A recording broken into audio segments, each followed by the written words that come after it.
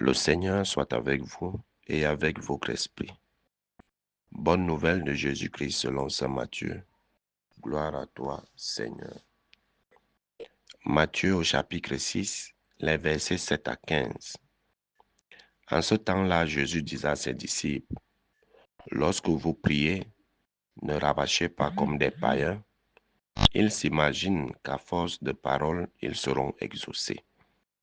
Ne les imitez donc pas, car votre Père sait de quoi vous avez besoin, avant même que vous l'ayez demandé. Vous donc, priez ainsi. Notre Père qui est aux cieux, que ton nom soit sanctifié, que ton règne vienne, que ta volonté soit faite sur la terre comme au ciel. Donne-nous aujourd'hui notre pain de ce jour. Remets-nous nos dettes, comme nous-mêmes, nous remettons leurs dettes à nos débiteurs. Et ne nous laisse pas entrer en tentation, mais délivre-nous du mal. Car si vous pardonnez aux hommes leurs fautes, votre Père céleste vous pardonnera aussi. Mais si vous ne pardonnez pas aux hommes, votre Père non plus ne pardonnera pas vos fautes. Acclamons la parole de Dieu. Louange à toi, Seigneur. Bien-aimés de Dieu, chers frères et sœurs en Christ, loué soit Jésus-Christ. Loué soit le saint nom de Jésus-Christ. Bonjour à tout le monde. Aujourd'hui, le Seigneur nous dit une chose qui est capitale, celle de ne pas rabâcher dans la prière, de ne pas répéter les mêmes choses. Dieu n'est pas sourd, Dieu n'est pas aveugle, Dieu ne dort pas. Il entend tout, il voit tout, il sait tout. Pas besoin de le fatiguer avec trop de paroles quand nous prions. Et il parle de rabâcher, c'est-à-dire la répétition, les mêmes paroles, les mêmes paroles. Oui, on va dire, et les prières qui durent alors et autres. Les prières qui durent ne sont pas du rabâchage. Par exemple, si je médite le Saint-Rosaire, je ne suis pas en train de rabâcher, mais je médite, je prie. Et le Saint-Rosaire, c'est maxi 2h, 2h30. Et il y en a d'autres prières qui durent. Mais évitons de redire les mêmes choses, surtout lors de l'intercession. Quand on parle d'intercession, vos prières personnelles, vos paroles propres, c'est dans ce sens. À l'époque, il n'y avait pas forcément des textes d'écriture, il n'y avait pas forcément des prières toutes faites déjà. C'est pour cela qu'il faut comprendre le contexte de cette parole. Il n'y avait pas des prières comme aujourd'hui, on a des livrets de prières, on a des manuels, il n'y avait pas ça. Et même s'il y avait, c'était très limité à une catégorie de personnes, les prêtres et autres. Ce n'était pas la porte de tout le monde.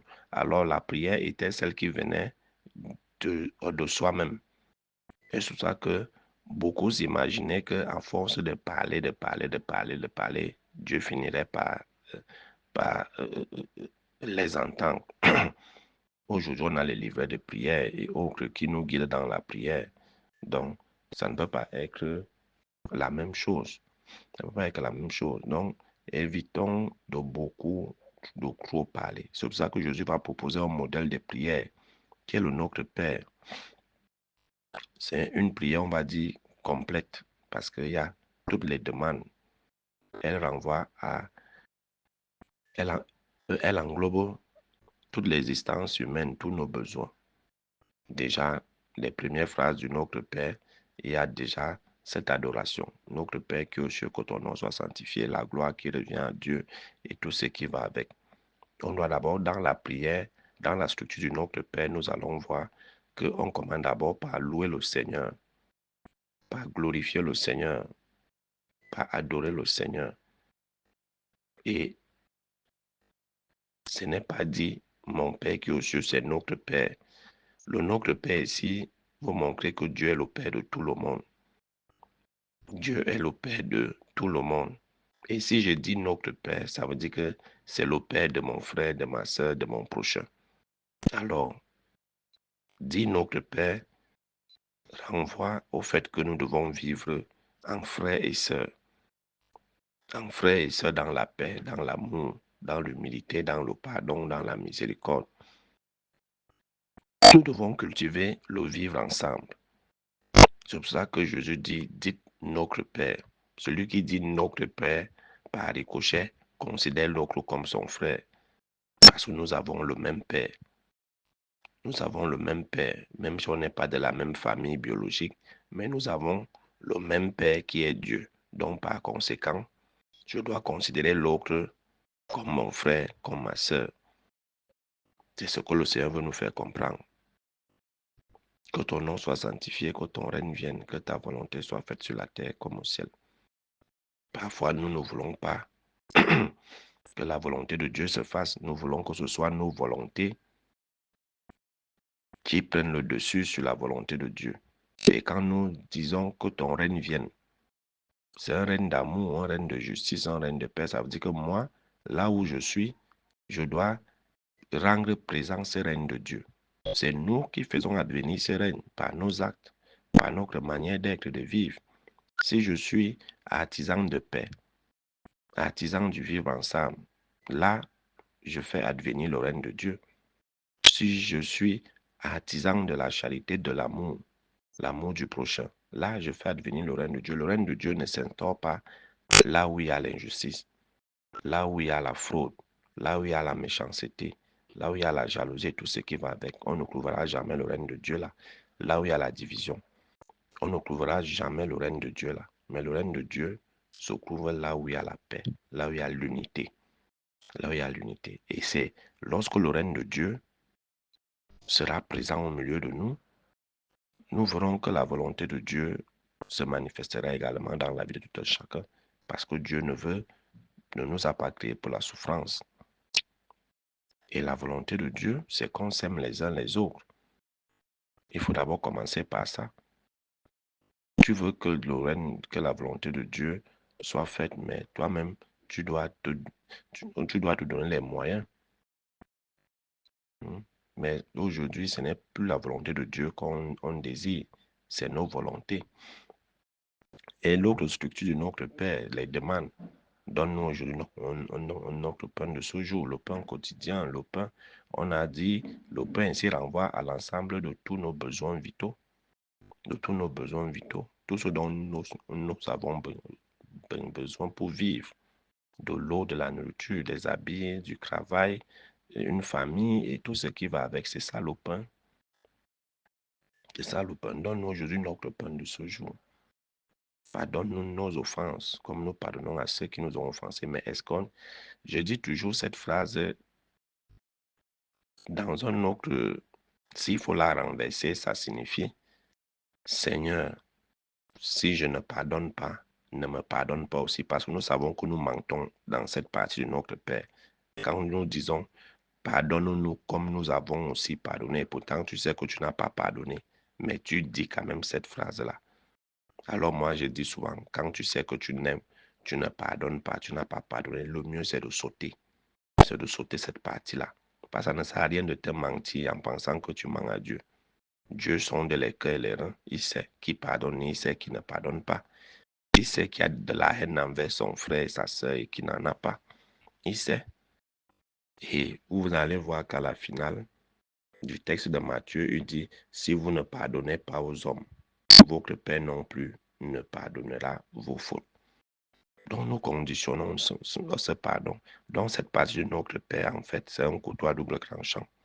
Je sais que je ne pardonne pas, que je ne suis pas miséricordieux, mais je dis à Dieu de me pardonner. Moi, je veux le pardon de Dieu, mais moi, je ne peux pas pardonner à mon frère, à ma soeur qui m'a fait du tort.